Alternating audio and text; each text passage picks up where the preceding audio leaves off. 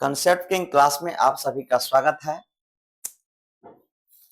आज हम इस चैनल के माध्यम से आप लोग को बिहार सरकार के अंतर्गत बिहार कर्मचारी चयन आयोग में जो वैकेंसी आया है उस वैकेंसी के बारे में बताना चाहता हूं।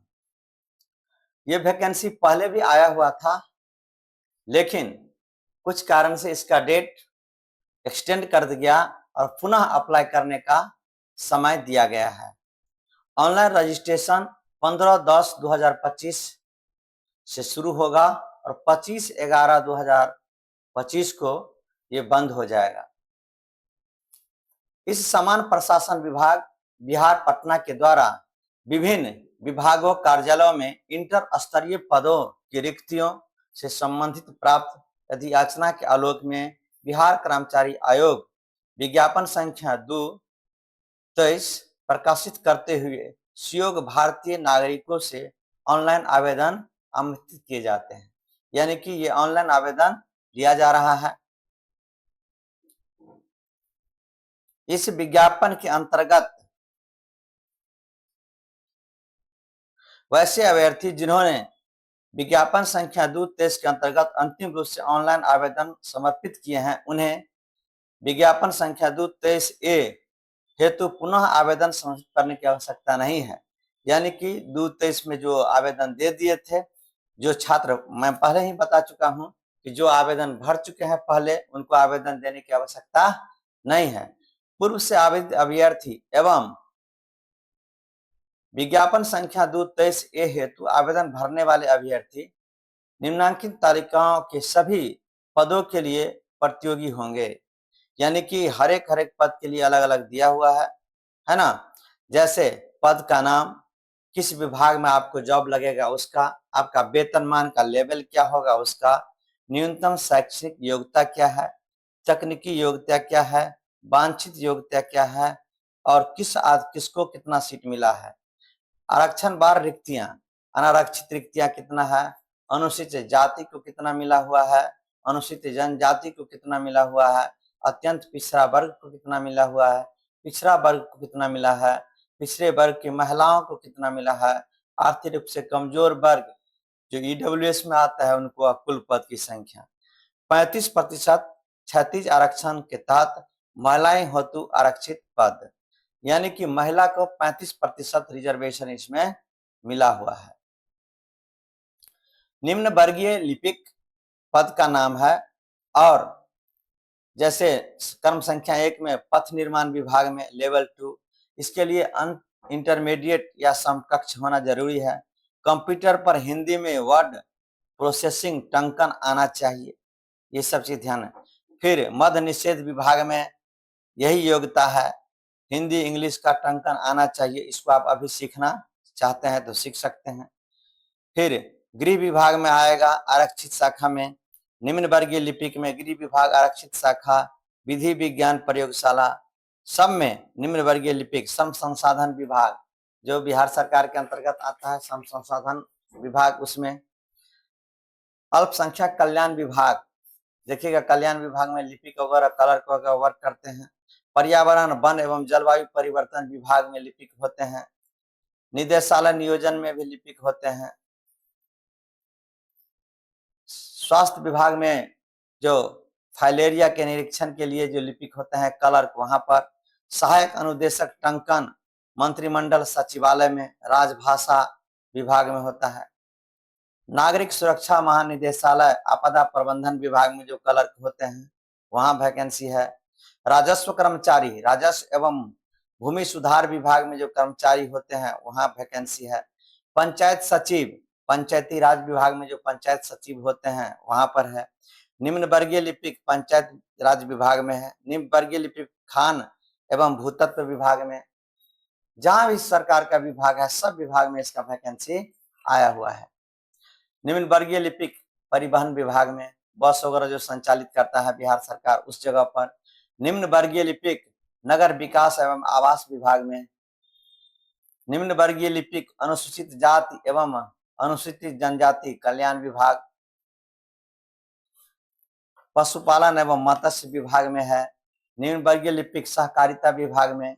कोऑपरेटिव वाला जो आता है उसमें, अर्थ एवं सांख्यिकी निदेशालय में होता है, उद्यान निदेशालय कृषि विभाग में, सांस्कृतिक कार्य निदेशालय कला संस्कृति एवं युवा विभाग में, अभियोजन गृह विभाग में, बिहार अग्निशामक सेवा जो रहता है जिला लेवल पर, वहां पर वैकेंसी है निम्न वर्गीय लिपिक का। इस चीज को आपको देखना है। इसके बाद विज्ञान एवं पद साइंस एंड टेक्नोलॉजी विभाग में जो निम्न वर्गीय लिपिक होंगे उनका वैकेंसी वहां भी है। इसी तरह से बहुत सारा वैकेंसी आया हुआ है। कारा एवं सुधार सेवाएं निदेशालय, कारागार में जैसे जेल वगैरह रहता है वहां पर लिपिक होगा।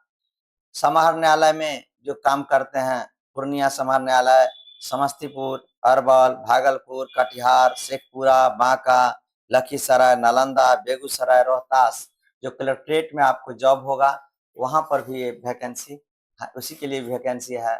दरभंगा समाहर न्यायालय, इसके बाद भोजपुर, जहानाबाद, पटना, मधेपुरा, खगड़िया, औरंगाबाद, नवादा, गोपालगंज, मधुबनी समाहर न्यायालय, राजस्व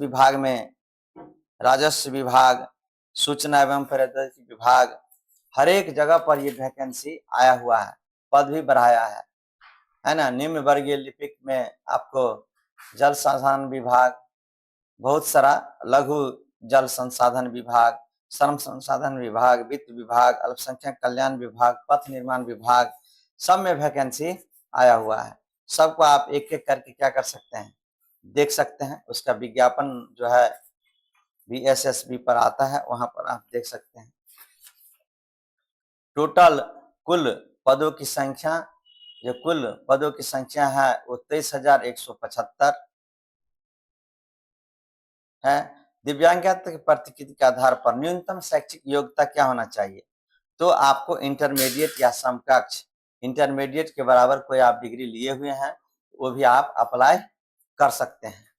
इसके बाद आरक्षण होना चाहिए, तो आवेदन दिया गया अस्थायी पता ही आरक्षण के प्रयोजन के लिए अस्थायी निवास अनुमान होगा। उक्त आरक्षण के लिए उम्मीदवारों को अस्थायी आवासीय प्रमाण पत्र प्रस्तुत करना अनिवार्य है। यानी कि आपको अगर आरक्षण चाहिए तो आप यहाँ के निवासी हैं, उसका आपको आवासीय प्रमाण पत्र देना अनिवार्य होगा, और दूसरे स्टेट का जो कैंडिडेट है वो नहीं दे सकता है। आरक्षण का दावा करने वाली विवाहित, बहुत इंपॉर्टेंट बात है, विवाहित महिलाओं जाति क्रीमी लेयर रहित प्रमाण पत्र उनके पिता के नाम एवं पता से निर्गत होना चाहिए। यानी कि उनका पिताजी का जो एड्रेस है लड़की का, वहां से आप इसको आरक्षण का दावा निर्गत कर सकते हैं, न कि उनके पति के नाम से। उपयुक्त आरक्षण संबंधित सभी प्रमाण पत्र आयोग कार्यालय में प्रमाण पत्रों की समीक्षा के समय मूल रूप से प्रस्तुत नहीं करने पर आरक्षण का लाभ देय नहीं होगा। ये चीज आपको जरूरी है देना, बहुत इंपॉर्टेंट है। आरक्षण का दावा करने वाले उम्मीदवार अपने जाति के अनुरूप पूर्ण रूप से संतुष्ट होने के पश्चात ही आरक्षण कोटि का अंकन ऑनलाइन प्रतिवेदन के संबंधी कॉलम में अंकित करेंगे। आप पूरा इसको ढंग से आपको पढ़ लेंगे। BC अभ्यर्थी के लिए ऑनलाइन आवेदन के समय EBC अंकित करते हैं अथवा प्रमाण पत्र समीक्षा के दौरान BC कैटेगरी प्रमाण पत्र प्रस्तुत करते हैं तो उसको आरक्षण अनारक्षित कोटि में रखा जाएगा। इसीलिए जो प्रमाण पत्र आप देते हैं BC का तो BC या EBC का तो EBC का वही आप देंगे। आप EBC कर दिए और BC का भर दिए तो आपको आरक्षण नहीं मिलेगा। यदि उम्मीदवार प्रमाण पत्र समीक्षा के दौरान संगत प्रमाण पत्र प्रस्तुत नहीं करेंगे तो उन्हें अनारक्षित कोटि में मान्य कर दिया जाएगा। तदनुसार आयोजित प्रतियोगिता परीक्षा में उसको परीक्षा पर समीक्षा कार्रवाई की जाएगी। अगर आप गलत देते हैं तो आपको आरक्षण का लाभ नहीं मिलेगा। समान प्रशासन विभाग पटना के संकल्प संख्या 8,962 दिनांक 21/5/2000 के आलोक में राज्य के मूल निवासी बेंचमार्क दिव्यांग जन मात्र ही 36 आरक्षण का अनुमान होंगे। जो यहाँ मेन मूल रहेगा उसी को आरक्षण मिलेगा। अस्थायी दिव्यांगता प्रमाण पत्र निर्धारित अवधि के बाद नवीकरण नहीं होने की स्थिति में प्रमाण पत्र को विधिमान नहीं माने। यानी कोई प्रमाण पत्र बनाया हुआ है दिव्यांग वाला और वो रिन्यूअल करना है, एक बार बना लिए तो ऐसा नहीं चलेगा, उसको फिर से न्यू करना पड़ता है। ये सब चीज पर भी आपको ध्यान रखने की आवश्यकता है। इसके बाद स्वतंत्रता सेनानी है उनको भी मिलता है। समान प्रशासन विभाग बिहार के पत्रांक 687 दिनांक 30/8/2016 के साथ संलग्न विहित प्रपत्र में भूतपूर्व स्वतंत्रता सेनानी के पोता पोती नाती नतनी होने का प्रमाण पत्र निश्चित रूप से उपलब्ध होना चाहिए। स्वतंत्रता सेनानियों के लिए उत्तराधिकारी परिचय पत्र मान्य नहीं है। विवाहित महिला के पक्ष में आय और परिश्रमण प्रमाण पत्र अभ्यर्थी के पति के साथ रहने के साथ में उसके पति के अस्थायी निवास से निर्गत होगा। यानी कि जो महिला का विवाह हो गया है उसका आय प्रमाण पत्र जो है उनके पति के आय के अनुसार से वहां से निर्गत किया जाएगा, परंतु इस विवाहित महिला का अपने पिता के निवास आधार पर निर्गत आवास प्रमाण पत्र प्रस्तुत करना आवश्यक होगा। यानी आवास प्रमाण पत्र जो आप प्रस्तुत कर रहे हैं उनके पिता के नाम से होना चाहिए, पिता के आवास से होना चाहिए, लेकिन आय प्रमाण पत्र उनके पति के आवास से होना चाहिए। सॉरी।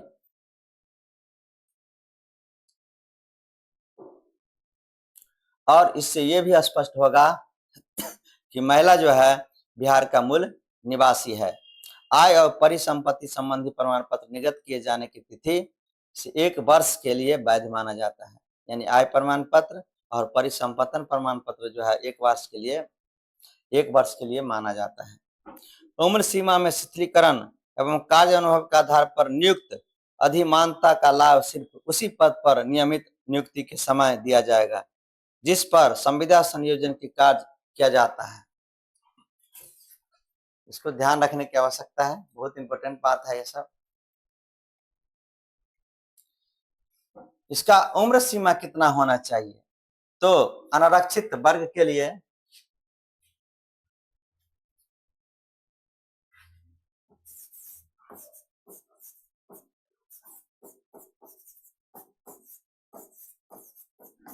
अनारक्षित वर्ग के पुरुष के लिए इसका उम्र अधिकतम उम्र होना चाहिए 37 साल और न्यूनतम 18 साल होता है। न्यूनतम 18 साल होगा। पिछड़ा वर्ग एवं अत्यंत पिछड़ा वर्ग पुरुष और महिला के लिए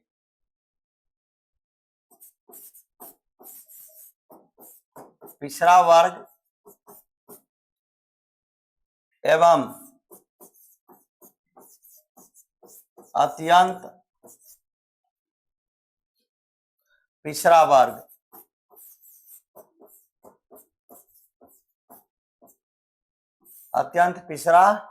वर्ग पुरुष और महिला दोनों के लिए 40 वर्ष होना चाहिए। यानी कि अत्यंत पिछड़ा वर्ग हो या पिछड़ा वर्ग हो, पुरुष और महिला दोनों के लिए 40 वर्ष होना चाहिए। अनारक्षित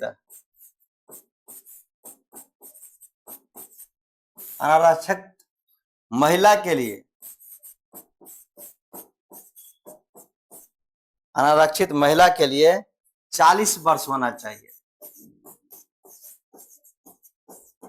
अनारक्षित महिला के लिए 40 वर्ष होना चाहिए। अनुसूचित जाति एवं अनुसूचित जनजाति के पुरुष और महिला के लिए भी 40 वर्ष होना चाहिए। सॉरी, अनुसूचित जाति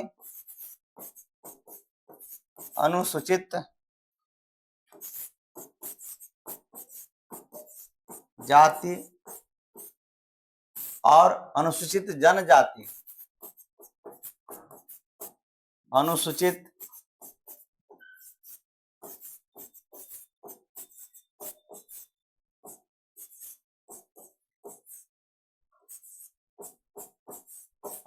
जनजाति पुरुष और महिला के लिए 42 वर्ष होना चाहिए अधिकतम। यानी अधिकतम 42 वर्ष वाला क्या कर सकता है? अप्लाई कर सकता है। दिव्यांग के लिए उपर्युक्त कोटिवार अधिकतम उम्र सीमा का अतिरिक्त 10 वर्ष का छूट दिया जाता है। यानी दिव्यांग को 10 वर्ष, इसमें होगा 10 वर्ष का छूट तो 47 हो जाएगा, इसमें भी होगा 10 वर्ष का छूट यानी 50 साल हो जाएगा, इसमें भी 10 वर्ष का छूट होगा तो ये भी 50 हो जाएगा, ये भी 10 वर्ष का छूट होगा तो ये 52 साल तक वो अप्लाई कर सकते हैं। और जन्म तिथि जो है वो मैट्रिक में जो लिखा हुआ है 10वां क्लास में वही मान्य होगा। उसी को माना जाएगा।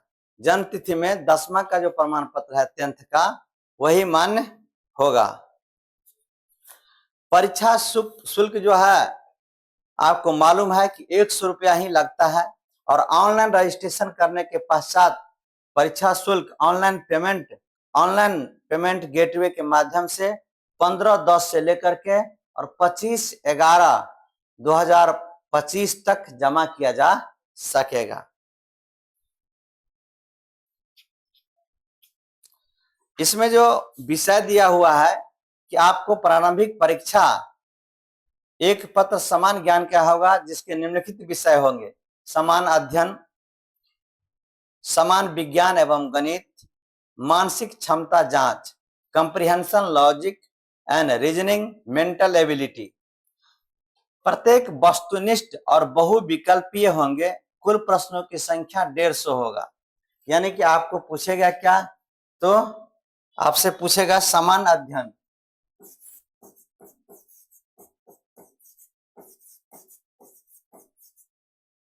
समान अध्ययन, इसके बाद समान विज्ञान एवं गणित,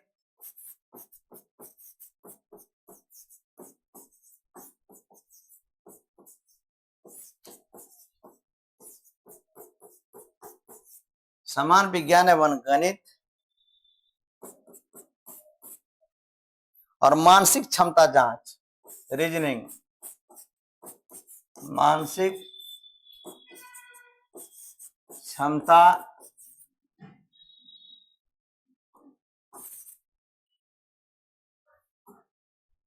क्षमता जांच, ये सब चीज आपको वहां पर पूछा जाएगा। तो समान अध्ययन, प्रत्येक सही उत्तर के लिए 4 अंक दिए जाएंगे और प्रत्येक गलत उत्तर के लिए 1 अंक की कटौती होगी। यानी कि पूरा क्वेश्चन रहेगा 150 का, 150 का, ये 4 अंक, तो 600 नंबर का होगा। अगर आप 4 क्वेश्चन को गलत कर देते हैं, यानी कि 4 क्वेश्चन अगर आपका रॉन्ग हो जाता है, तो 4 मार्क्स आपका डिडक्ट हो जाएगा, 4 मार्क्स कट जाएगा। यानी एक अगर गलती करते हैं तो आपको अगर गलती करते हैं तो 1 मार्क्स क्या होगा, कट जाएगा। परीक्षा की अवधि 2 घंटा 15 मिनट की होगी। प्रारंभिक परीक्षा में भाषा का माध्यम हिंदी या अंग्रेजी होगा।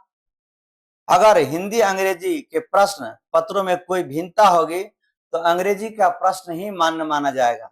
यानी कि हिंदी और इंग्लिश दोनों में अगर है तो आपको इंग्लिश वाला जो लिखा हुआ है उसी को गवर्नमेंट मानेगा और विभाग भी मानेगा। बिहार कर्मचारी चयन आयोग परीक्षा संचालन नियमावली 2010 की कंडिका 12 के आलोक में आयोजित प्रारंभिक परीक्षा पुस्तक सहित ली जाएगी। यानी किताब लेकर के आप एग्जाम में जा सकते हैं।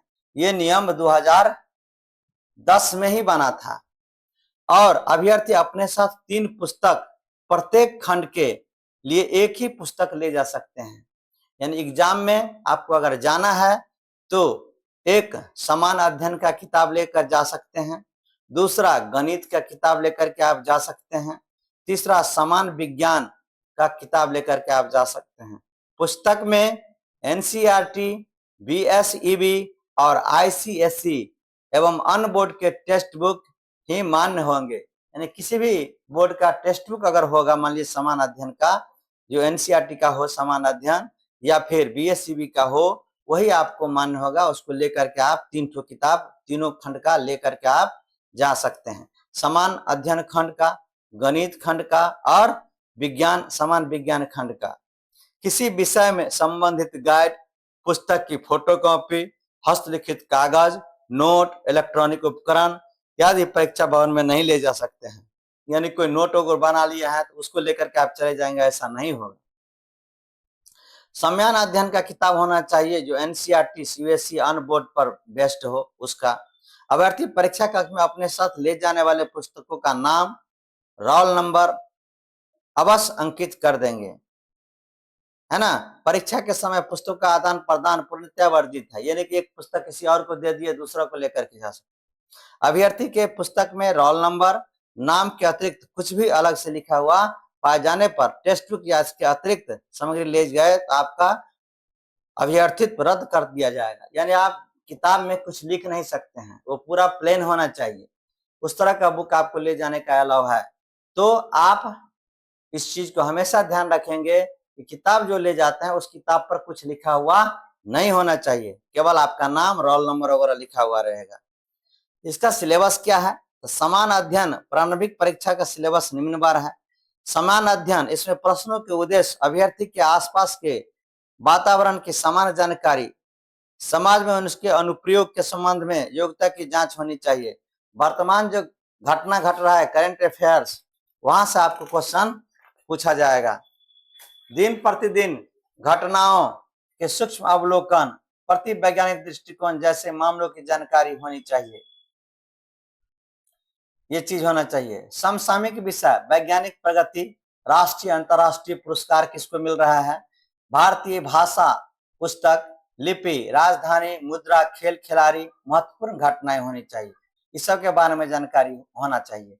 भारत और उसके पड़ोसी देश का इतिहास, भारत का इतिहास, संस्कृति, भूगोल, आर्थिक परिदृश्य, स्वतंत्रता आंदोलन, भारतीय कृषि एवं प्राकृतिक संसाधनों की प्रमुख विशेषताएं, भारत का संविधान एवं राज्य व्यवस्था, देश के राजनीतिक प्रणाली, पंचायती राज, सामुदायिक विकास, पंचवर्षीय योजना एवं राष्ट्रीय आंदोलन में बिहार का क्या योगदान रहा, इसके बारे में।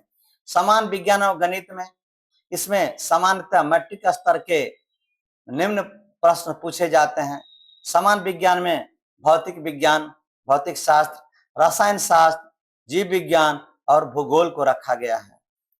गणित में संख्या पद्धति से संबंधित प्रश्न, पूर्ण संख्याओं का अभिकलन, दशमलव एवं भिन्न संख्याओं के बीच परस्पर संबंध, मूलभूत अंक, गणितीय संक्रियाएं, प्रतिशत, अनुपात, समानुपात, औसत, ब्याज एवं लाभ और हानि। मानसिक क्षमता जांच, रीजनिंग में क्या पूछेगा, जिसमें शब्द, शाब्दिक, गैर शाब्दिक दोनों प्रकार के प्रश्न पूछे जा सकते हैं, अंक वाला भी रहेगा। इसके घटक में निम्न से संबंधित यथासंभव प्रश्न पूछे जा सकते हैं। दृश्यता, समानता, भिन्नता, स्थान कल्पना, समस्या समाधान, विश्लेषण, दृश्य स्मृति, विभेद अवलोकन, संबंध अवधारणा, अंक गणितीय तर्क शक्ति, ये सब रीजनिंग के बुक में दिया हुआ है। अंक गणितीय श्रृंखला, ये सब चीज, कूट लेखन, कूट व्याख्या। क्वालिफाइंग मार्क कितना है देखिएगा ध्यान से। कार्मिक एवं प्रशासनिक सुधार विभाग द्वारा निर्गत संकल्प संख्या 2374 दिनांक 16/7/2007 के आलोक में लिखित परीक्षा में अभ्यर्थी को न्यूनतम अर्हतांक प्राप्त करने अनिवार्य होगा। समान वर्ग को 40% अंक कम से कम लाना पड़ेगा। इसके बाद पिछड़ा वर्ग को 36.5 और अत्यंत पिछड़ा वर्ग को 34, अनुसूचित जाति जनजाति को 32, महिला सभी वर्ग का 32, चाहे वो जनरल का हो, ओबीसी का हो, डब्ल्यूएस का हो, कैसी का भी हो, सबको 32। दिव्यांग सभी वर्ग को 32% अंक लाना अनिवार्य है। और ये ऑनलाइन आवेदन प्रारंभ करने की तिथि 15/10/2025 है। ये बंद हो जाएगा आपको 25/11/2025 को। ऑनलाइन आवेदन भरने की अंतिम तिथि 27/11/2025 को, यानी कि शुल्क आप जमा कर सकते हैं, पेमेंट कर सकते हैं 25/11 तक, ये बंद हो जाएगा। आवेदन देने के लिए मैट्रिक का अंक पत्र और मूल प्रमाण पत्र होना चाहिए। इंटर स्तरीय समकक्ष से संबंधित अंक पत्र होना चाहिए, मूल प्रमाण पत्र होना चाहिए। कंप्यूटर ज्ञान से संबंधित अंक पत्र या मूल प्रमाण पत्र होना चाहिए। कंप्यूटर अगर सीखे हैं तो आप दे दीजिएगा, नहीं सीखे हैं तो कोई जरूरी नहीं है। अस्थायी निवास, आवासीय प्रमाण पत्र, जाति प्रमाण पत्र, क्रीमी लेयर रहित प्रमाण पत्र, स्वतंत्रता सेनानी के पोता पोती नाती नतनी का प्रमाण पत्र, दिव्यांग संबंधी प्रमाण पत्र। ये फोटो वगैरह का आप देख लीजिएगा, फोटो किस तरह से आप लेकिन लाइव फोटो वेबकैम के माध्यम से खींचकर अपलोड करना है। जब आप फॉर्म भरेंगे तो आपका लाइव फोटो जाएगा, उसमें आप ये ध्यान रखेंगे कि बैकग्राउंड जो है ब्लैक एंड व्हाइट नहीं होकर के पूरे व्हाइट होना चाहिए बैकग्राउंड। और BSSC bihargov.in पर आप इसको कर सकते हैं। इसको लिखिएगा जैसे HTTPS,